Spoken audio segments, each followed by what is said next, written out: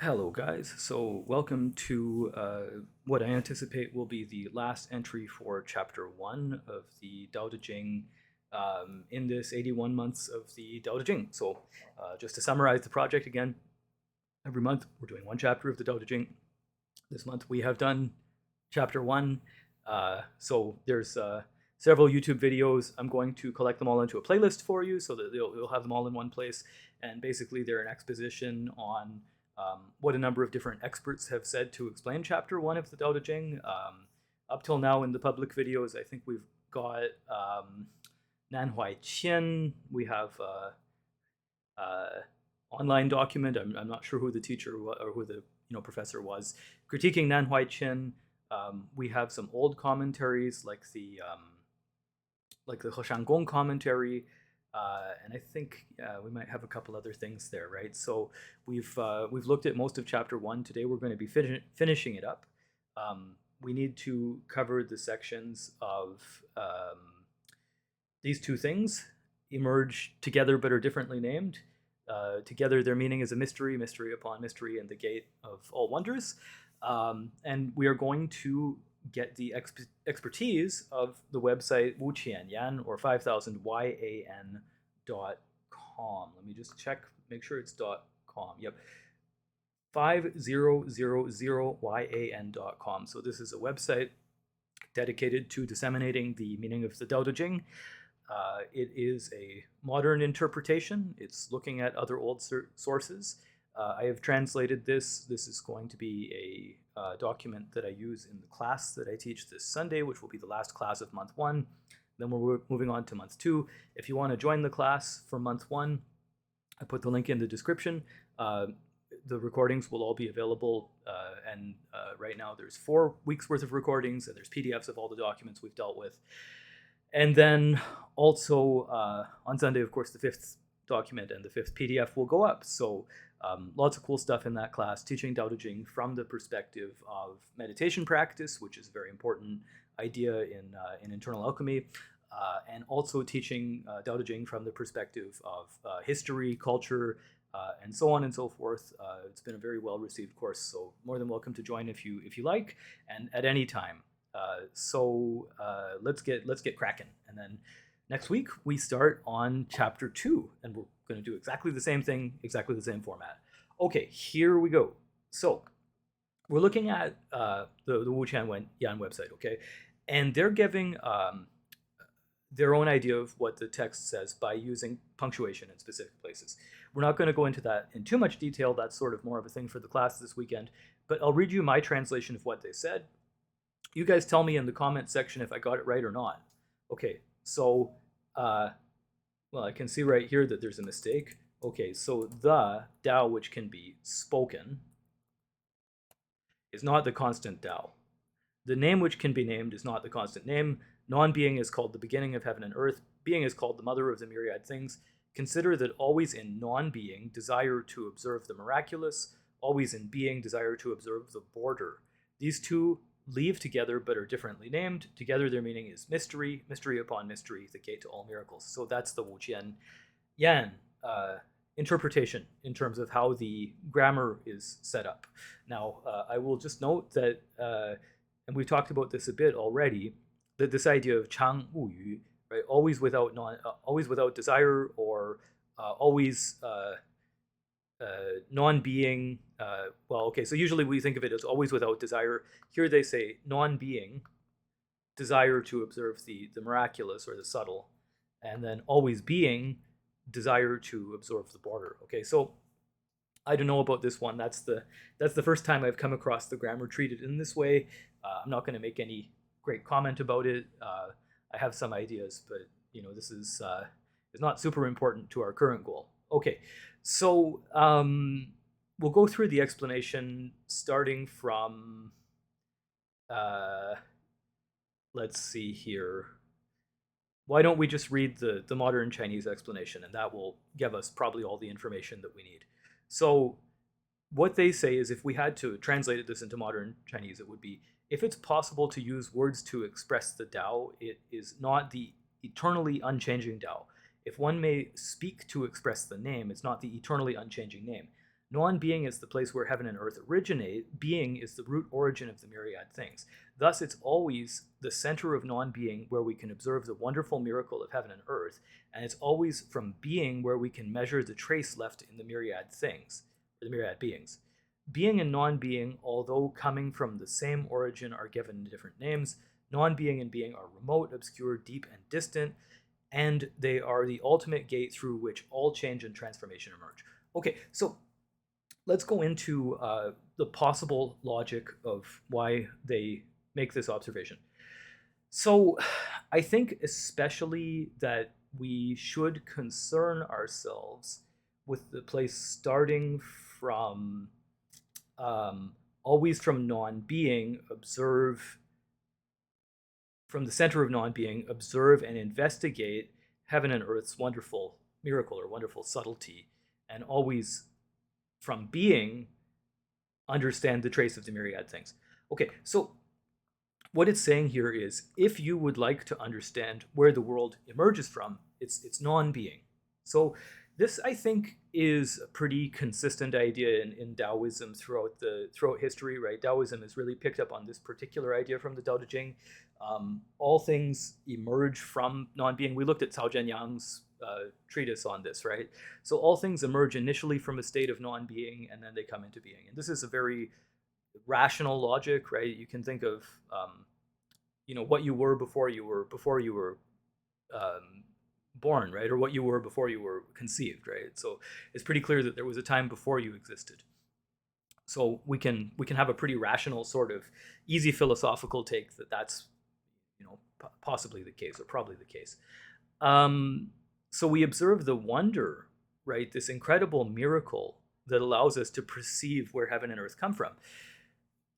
Again, okay, there's an intellectual meaning there, but there's also a deeper meaning, which is if you can attain a certain state of non-being. And this is why I think I'm not completely in favor of their exposition here, because I think normally most ways of describing this section of the Dao De Jing, they say Chang Wu Yu means always without desire. And that sort of infers something to us about the ability to enter into a state where there's no thought and there's no identification with material form. And then this is how we can observe the miracle of the Tao, right? Because we ourselves enter into a state of non-being. Whereas they say, well, you would, investigate from the perspective of non-being. That seems like a very intellectual understanding. And I think in a certain sense, it doesn't detract from the Tao, but you ought to maybe do both approaches to practice, right? The Tao should be something experiential in a certain sense, even though you can't experience the Tao, right? You can enter into non-being, and that can result in the emergence of the track of the myriad beings, right? So I think that they get this one a little bit better, right? They say in being, you would observe the track left, or the trace left behind, by the myriad beings. What it means here is that in terms of being, this is how we observe that those things in the world exist, right? We know that plants, animals, rocks, trees, etc., right? They all exist, and we know that they have an origin, right? So we suppose their origin comes from the time before they were conceived or germinated or what have you, right? And so in that sense, right, we look at being in order to measure this boundary condition or this trace condition or this border, but that's telling us about actually non-being, which is where the Tao generates reality. So this is kind of the argument they're making here. It's a little on the thinking side, on the intellectual side. Nothing inherently wrong with that, but at the same time, it's one of those things that we might be better served actually to pair this with meditation, which would allow us to realize a sort of original innate emptiness, and then be able to have a much more concrete understanding of the relationship between non-being and being. Because on the other side of emptiness is being, right? So this is the big secret of meditation, whether you're talking about Taoism or whether you're talking about Chan Buddhism. The big secret of meditation is that you enter into a state of selflessness and a state of forgetting your body and being in complete emptiness, and ultimately that's generative of a purification and a realization of the original nature of the mind, or the original nature of consciousness, which exists in clarity. but it can't be said to be non-being because you're conscious for that event.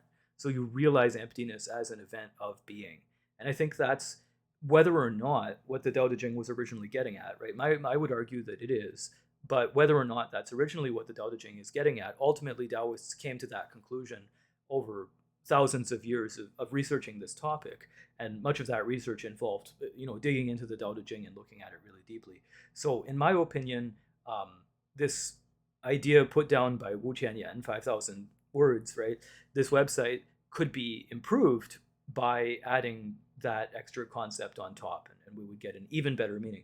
But nonetheless, I think that it's a really cool website for understanding or apprehending the meaning behind the Tao Te Ching, especially because it offers us all of these character definitions, right? So we have, the Tao in its first use is the Tao which forms the substance and momentum of the universe. The Tao in its second use is to use words to express something, right? Constant means eternal and unchanging. So you can get ideas from this website that could help you to understand the original text better. And I didn't translate all this part, but there's a bunch of notes about their sources. So a lot of their sources are medieval commentaries, some modern ones, and so on and so forth. And so if you want to look at the web address, I'll put it in the description below, so you can get access to it. Okay, so I'm gonna drop my translation of the first chapter of the Dao De Jing on Substack probably next week, just because of time constraints. It's my provisio, right? It's not necessarily fully formulated, but I think given what we've studied this month so far, that I'm going to put forth a translation which I feel is sufficiently backed up by a couple thousand years worth of commentaries. And my sort of note about this is you have to choose a way to translate the Tao Te Ching. You don't get to make a holistic translation that'll cover all the bases, because if you're trying to translate it according to Warring States literature, then that's one thing. If you're trying to translate it according to meditation practice, that's another thing. If you're trying to translate it according to the commentaries, you have to pick a commentary or a series of commentaries that agree with each other. So what I'm going to do instead is base my translation on a sort of a cultural pastiche of ideas over the centuries about the Dao De Jing that we've read. Given that we haven't read everything, right? Not even close, but 1 month per chapter puts certain time constraints. And again, I wish I could do a year per chapter, but I'm not sure that I can live for another 81 years. So I'll have to do it within this time frame. And so we'll only be able to look at a few sources every month, but at least by making a sort of chronological reading of them, and by making a holistic reading of them, we can at least get a general idea about what chapter 1 of the Dao De Jing means, or what all the chapters of the Dao De Jing mean by the end of this project. And then that general idea at least should give us a basic sort of culturally sufficient translation. Even though it won't necessarily give us the ideas of one individual sort of period of thought about the Tao Te Ching. So that's kind of my idea, is that's the kind of contribution that we can make to this, rather than trying to have a perfect Warring States era, or Spring and Autumn era translation, or a perfect interpretation of what people in the Han Dynasty thought. We have to do something else. So I'm going to leave this here. Thank you guys for tuning in to month 1. Next week we're going to start month 2 with the second chapter. I'm really looking forward to it. I hope you're looking forward to it. And follow the links downstairs. If you want to join the classes, or you want to have a look at the Chinese website Wu Qianyan, I think you can translate it into English using AI. So if you want to do that, you may get a different result than my translation. I understand my translations are necessarily limited by my own abilities or lack thereof. So or if you read Chinese, even better, right? Contribute, because if you contribute and your contribution is good, you contribute to the knowledge base about the Dao De Jing, and you help people better understand this. And for those of us who are passionate about this, then that's wonderful, and we get a myriad of different opinions about it, and ultimately in the future people become better informed. That's how knowledge is supposed to work. So I encourage you also to undertake a similar project.